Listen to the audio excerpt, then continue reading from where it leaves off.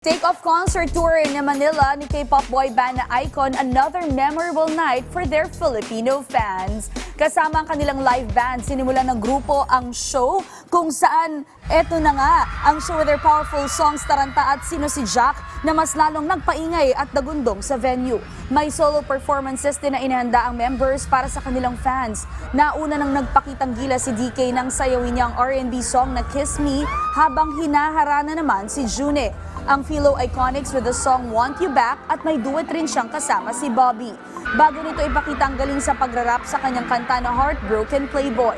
Hindi rin nagpahuli ang member na si Yoon sa kanyang fun trot song performance. Mas lalong lumakas ang hiyawan ng ibinida ni Shanu ang kanyang alam na Tagalog phrases tulad ng sakit akong ilong na itinuro sa kanya ng member na si Jay na kasalukuyang nagsiserve sa military. Pinerform din ng grupo ang kanilang greatest hits tulad ng Love Scenario, Killin' Me, Bling Bling at Rhythm Ta.